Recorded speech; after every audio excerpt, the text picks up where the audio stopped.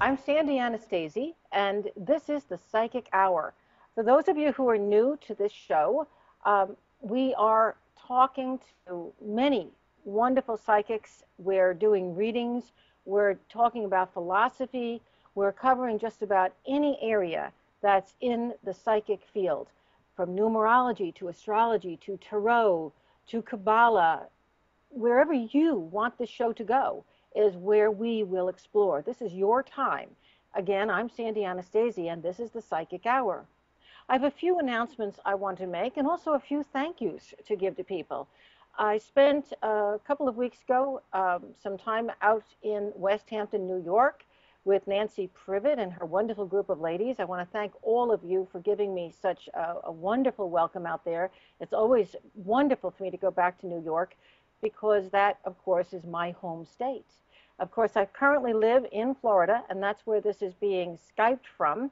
So those of you who want to see me in person and set an appointment with me down here, you can come down to Sarasota, Florida, and you can contact me at sandyanastasi@infinitequest.com or through my own website, sandyanastasi.com.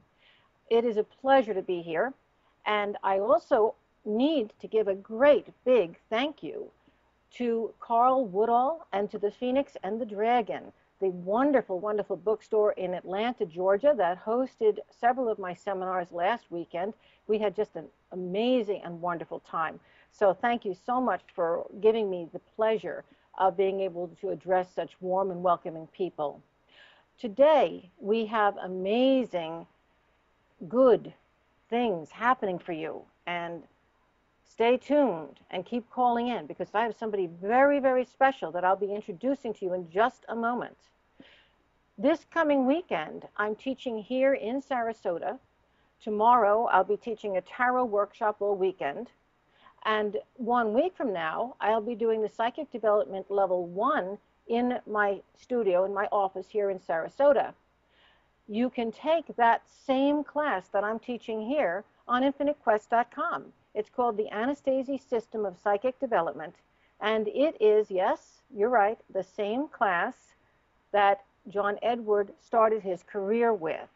And that leads me to my very, very special guest. I am delighted I'm getting to interview somebody that you all know and love, the man himself who began this journey with Infinite Quest, in fact, who has, in my estimation, been almost singularly responsible for renovating, for opening people's minds all over the planet to higher thought, to higher knowledge, to opening to the whole concept of metaphysics and the psychic and unseen world around us.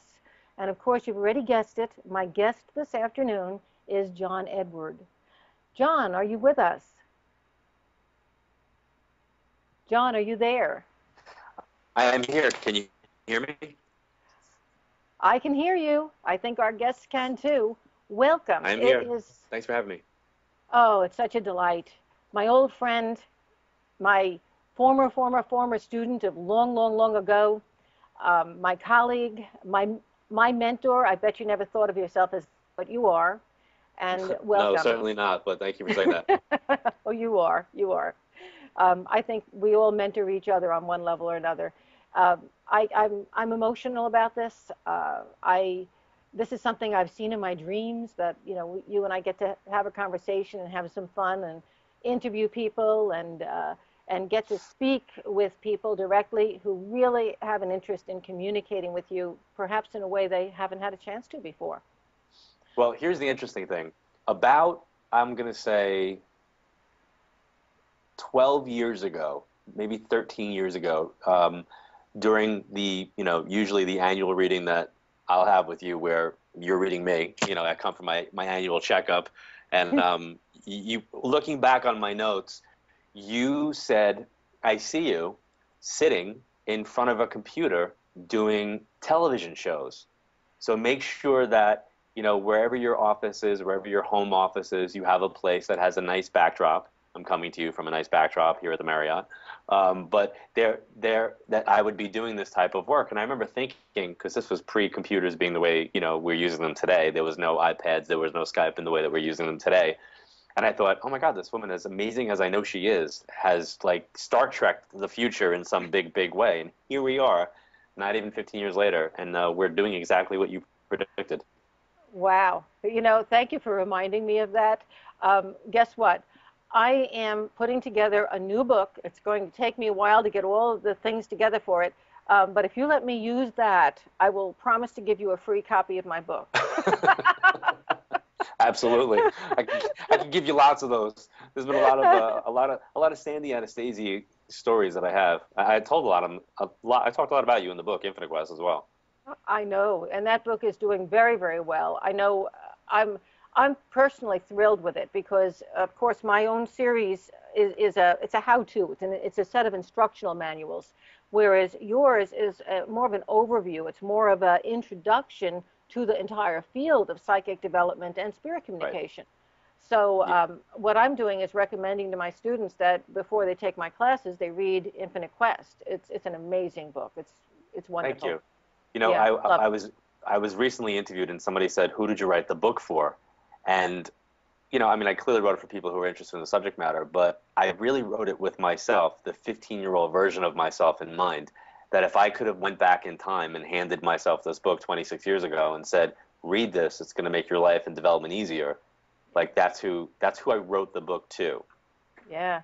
Well, and it shows because it's like all of your books, John.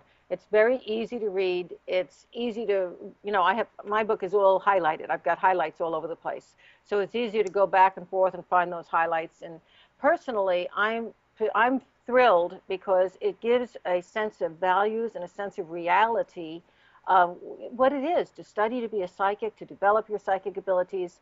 And so many people who watch you perform and see how easy it seems when they see you on stage, they don't realize how much work and time and effort and really total commitment being able to be the man and the medium and the psychic that you have become has taken. People don't realize that until they really get that sense of, wow, this is where he started and this is what it took to complete Right. that journey.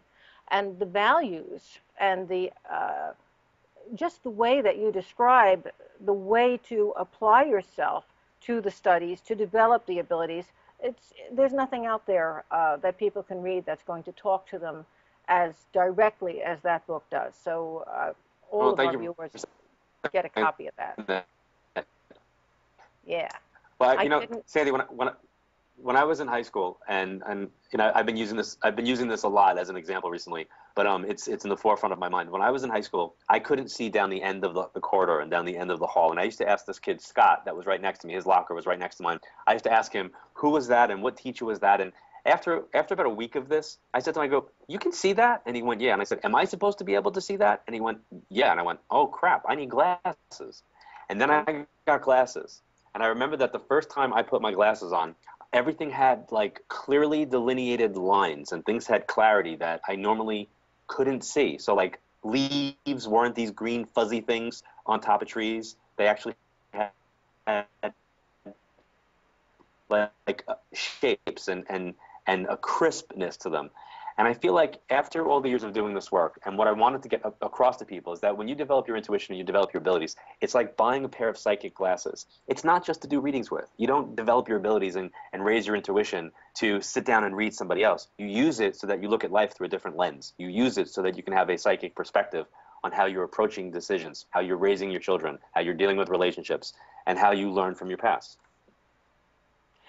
That's something, John, that people ask me all the time, whether I'm teaching tarot or whether I'm teaching psychic development or astrology. They'll come to me and they'll say, I really want to learn this so that I can predict for myself. How do you feel about that? Well, I'm not a fan of the word predict in general. Over the years, I've kind of learned to kind of abolish it and transcend it and kind of bring it into a word that I like better, which is project. Because I think that when you say predict, it sends a message of written in stone can't change. And I believe a lot of the stuff that's coming up around us are things that we can shift and alter, and that we have free will to be able to manifest a change. Do I think certain things are predictions? Absolutely. I've been read by you. I know things are predictions. I remember very, very clearly being in high school and specifically with one relationship in general, saying that I was going to change something, and you smiled at me very, very nicely, and you went, well, you give that your best shot, but here's how I see it. And it happened exactly as you said. But the reality is I tried to make it a shift and a change, and I couldn't. But I learned from it. So I think there are certain things like that that happen, and you learn from them. But I also think that if you look at a line of probability of where we're at today, that's a projection. And if people can look at how they're living their lives in the present and look towards their future, towards the projection of the where we are today, I'm okay with that. But to try to predict something, then that means that you're living from gap to gap. You're living from thing to thing, and there's a gap in between, and that leaves too much up to the universe allowing it to happen for you rather than you trying to manifest and make something happen. Thank you for sharing that with me. I think I'm going to borrow that too. I like that term. And here's the reason, especially for my students, those people who come to me and say, I'm taking this class because I want to be able to know what's coming next in my own life. Well, if they think about it in terms of a projection, it's going to get them to recognize, okay, I'm here now. I've got all these things going on. If I take this particular action, where's the likelihood it's going to lead? So that concept is going to help everyone to be able to foresee their own lives far better. Absolutely. Absolutely. Yeah. Yeah. And it's what if you turn on, any of the CNBC or whatever CNN or whatever, Fox Financial, they're not talking about financial, predictions. They're making financial projections. They're Exactly. analyzing the data and they're projecting where the market may go, which is a funny thing because you never see skeptics or cynics yelling at the finance guys, when they get it wrong, or yelling at the weather guys when they get it wrong. But all of a sudden, when somebody like you or I or anybody else that does this work, our projection is shifted or changed, or we're just absolutely incorrect, which, is the greatest gift you ever taught me in development, that it's okay to be wrong, but as long as you're getting it. I fully agree. And something else that I think is interesting is that when it comes to the projections or predictions that I have made that were, I'm going to say, pretty much unchangeable, those were mostly for me things that I'm talking about in my personal life. Those were things that I dreamed. I would dream, for example, getting my eyes lasered, and 30 years later, there I am getting my eyes lasered, and the guy who did it in my dreams is the one looking down at me doing it. So yeah, I did have that experience, which was kind of satisfying. The thing is that I think that relative to prediction, I think a lot of information will simply come to you to kind of help you to be in the right place at the right time. And I think we all get a lot of that information in our dreams and don't remember it. I don't think I'm the only one who gets this, in other words. I think we all get predictive information about things that are coming in order to kind of prepare us to step into that. But as far as actually making those predictions for yourself in the course of doing a reading with the cards or whatever, astrology, I think projecting is something which anybody can do based upon the tools they've got. Predicting, that's something that I think we would far better do with people we don't know, we know nothing about, because we can be Absolutely. totally objective about that. Okay? Absolutely. I'm a big fan of the word insight as well. I love the word insight because when you break it down to the two syllables, it says exactly what it is.